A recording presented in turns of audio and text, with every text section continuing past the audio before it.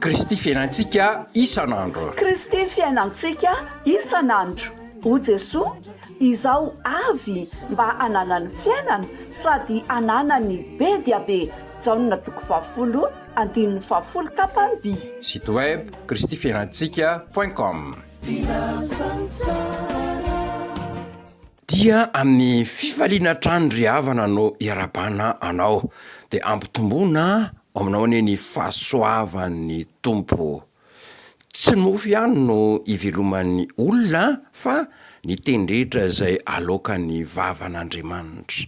Isan'andro tsika dia mihinana mofo, mihinam-bary, misakafo, fa tsy izany ihany.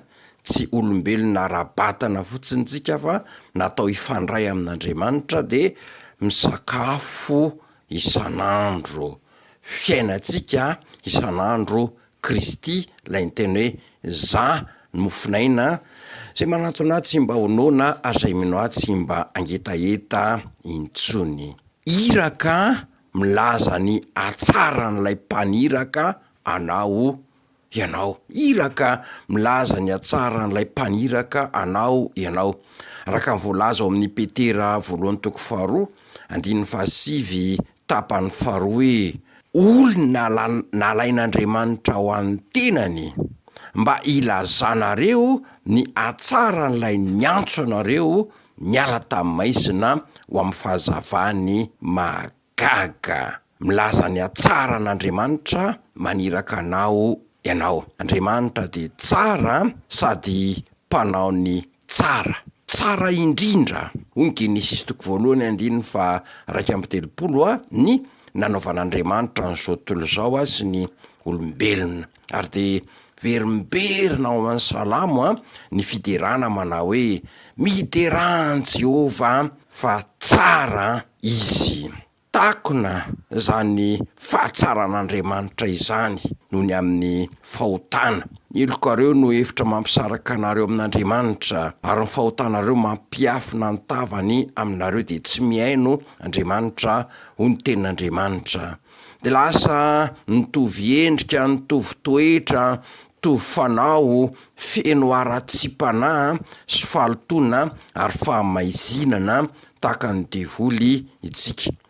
Lay tarehy no tsara, hoe tsara tarehy iny olona iny tsara feo, tsara bika, fa ny toetra ratsy noho ny biby azy. Fa tamin'ny alalan'i Jesosy dia nalain'Andriamanitra ho an'ny tenany isika.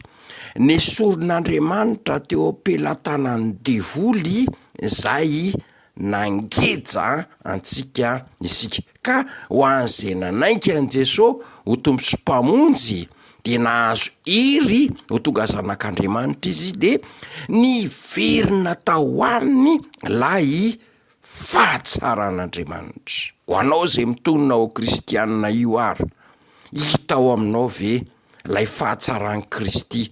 Manambara ny atsaran'Andriamanitra ve ianao?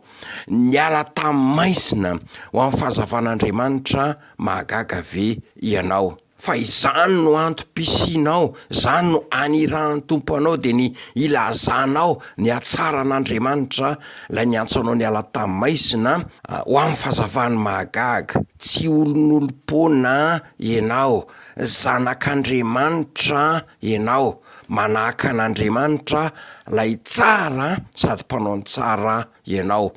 Misy dikany fisianao ety ambonin'ny tany, ilain'Andriamanitra ianao, maneho ny fahatsaran'Andriamanitra ny fisianao ety.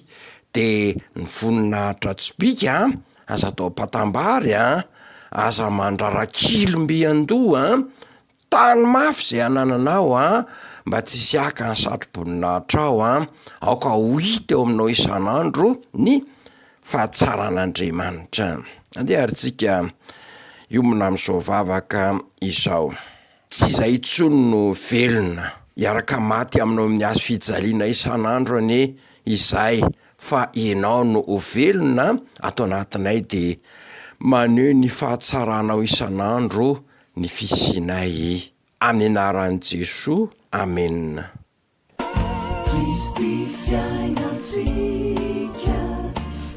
Kristy fiainantsika isan'andro. Kristy fiainantsika isan'andro.